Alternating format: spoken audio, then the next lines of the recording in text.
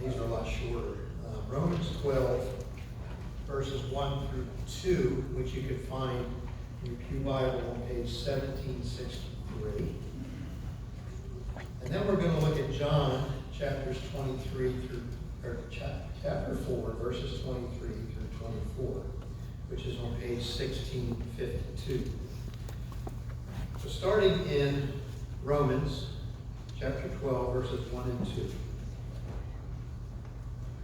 Therefore, I urge you, brothers, in view of God's mercy, to offer your bodies as living sacrifices, holy and pleasing to God. This is your spiritual act of worship. Do not conform any longer to the pattern of this world, but be transformed by the renewing of your mind. Then you will be able to test and approve what God's will is, his good, pleasing, and perfect will. If we go to John chapter 4, verses 23 and 24. Yet a time is coming, and has now come, when the true worshipers will worship the Father in spirit and truth. For they are the kind of worshipers the Father seeks. God is spirit, and his worshipers must worship in spirit and in truth. This is the word of God. The Lord. Thanks be to God.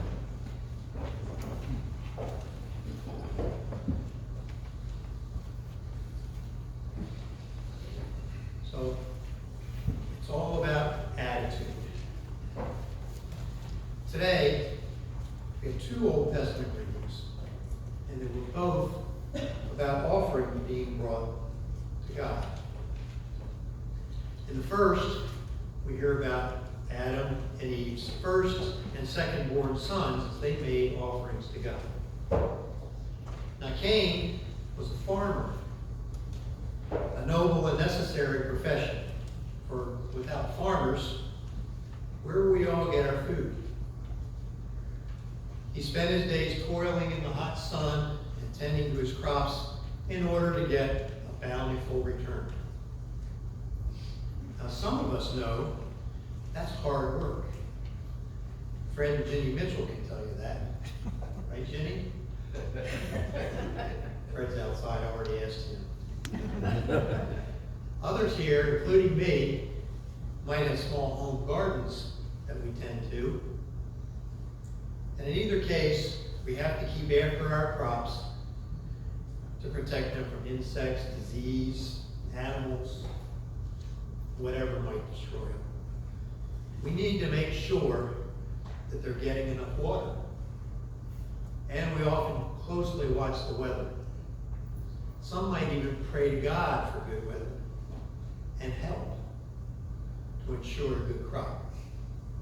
I say all of this to point out that farming is not easy, and it's not a guaranteed successful profession. By contrast, Cain's brother Abel kept flocks. Now, we don't know exactly what type of animals Abel raised, but let's assume that he had flocks of sheep, probably had some cattle, maybe some goats, chickens, other animals. Again, this is not easy work. One who raises animals must also look after them continually. Especially in the time of Abel, I'm sure there were predators around. Wolves, lions, even the birds of prey. You have to look out for them. Often the herds must be led to good grazing land and to water. They're also subject to weather, just like the farmer. They need to have enough rain to make sure they have good grazing lands. And the streams and lakes are being replenished with good drinking water. So both of these brothers worked hard to help provide for their families. I'm sure Adam and Eve were proud of them.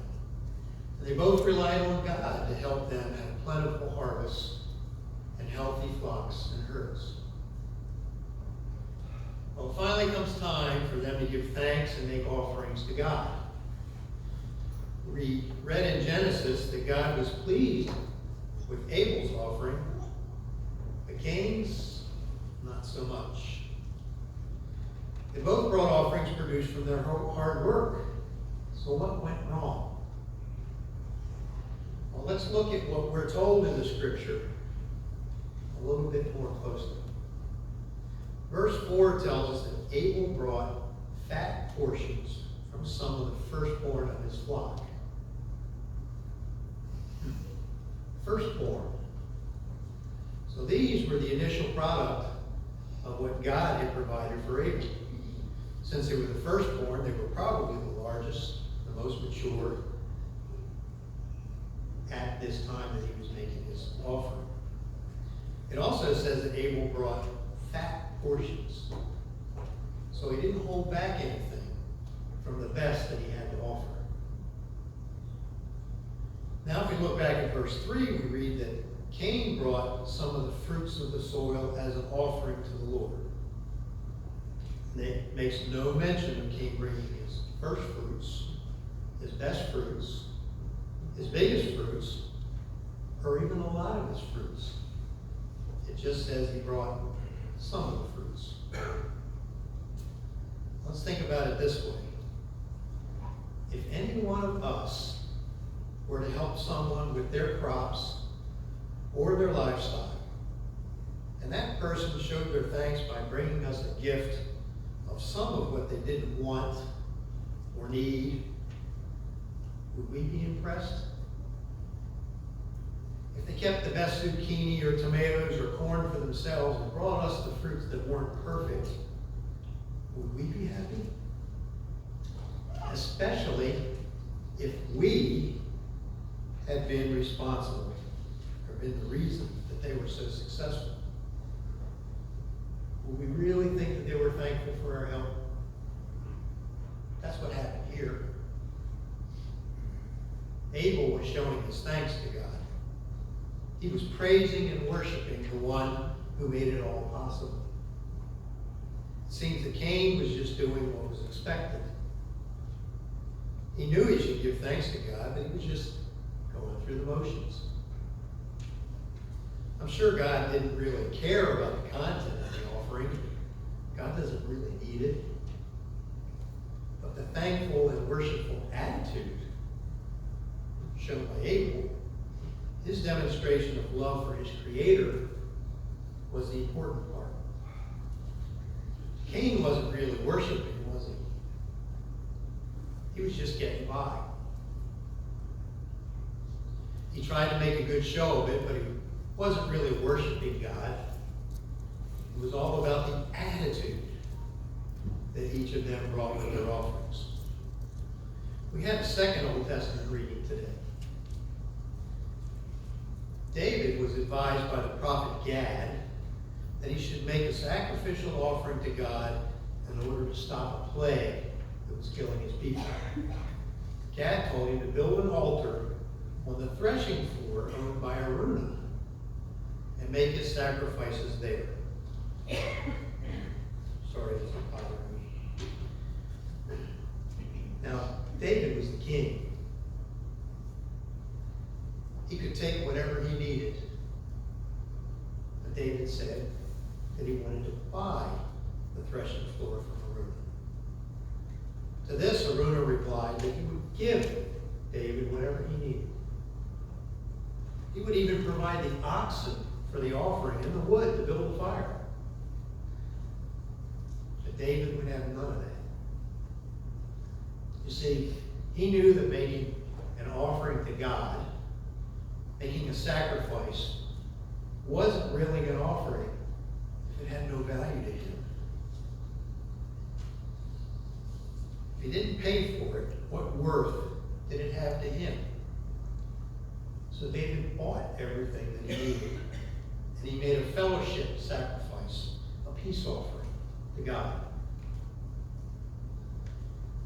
A side note, the location of that threshing floor that he bought later became the location where they built the temple. So We've looked at what our attitude should be when we make an offering to God. It should be full of praise and worship. Well, what is this worship thing? What does it really mean to worship God?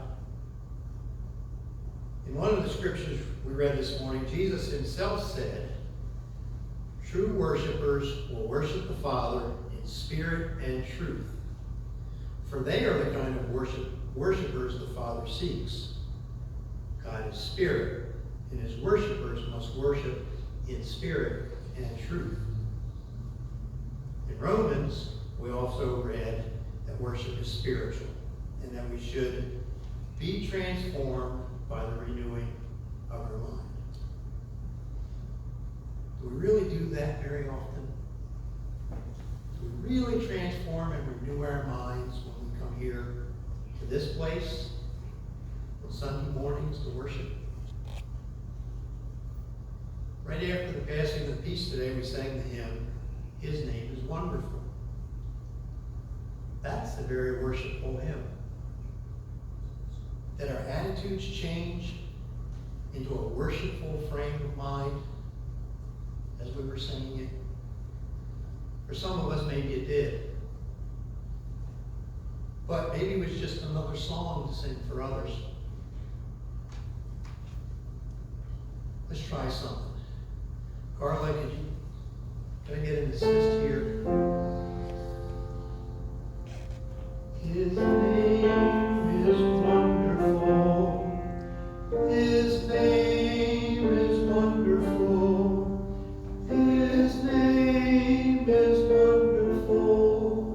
Jesus, my Lord. Okay, that was a total of 7 words you need to remember. Everybody remain seated and help me out here. Now, while we're singing, I'm going to do something a little bit different. So if you want, you can watch me while we're singing.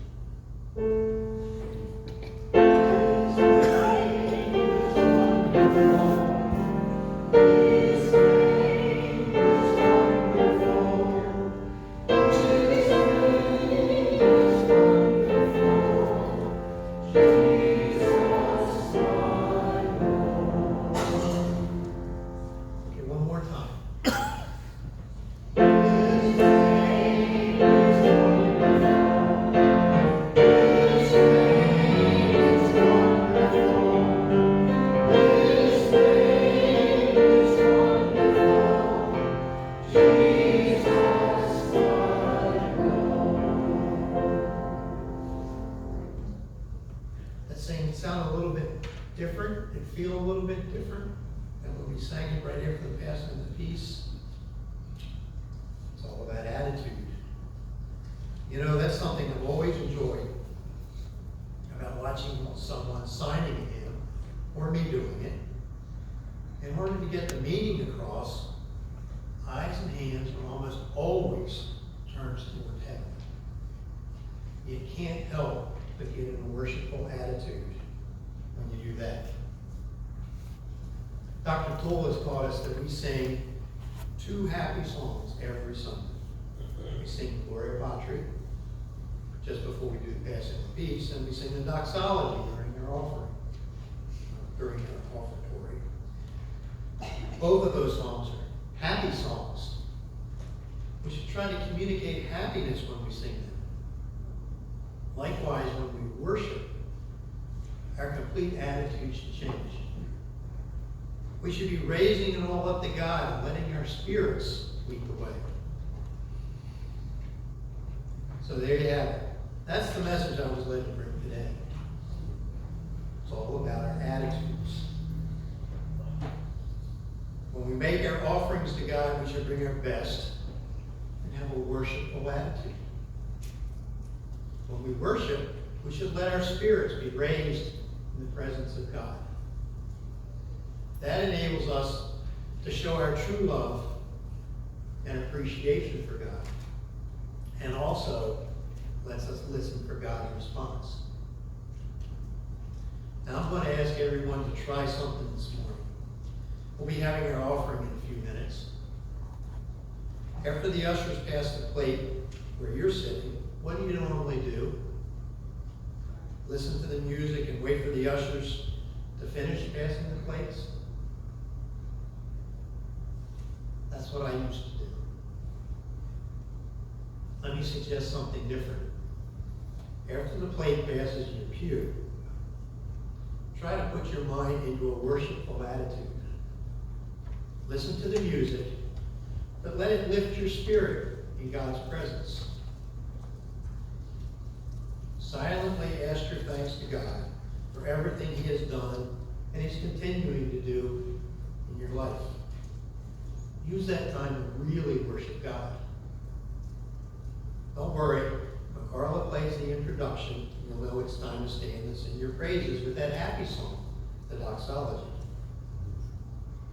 So let's give God our best.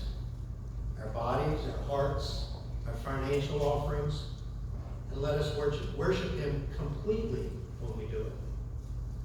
This morning and every day. Amen. Our hymn is number 106. All hail the power of Jesus' name.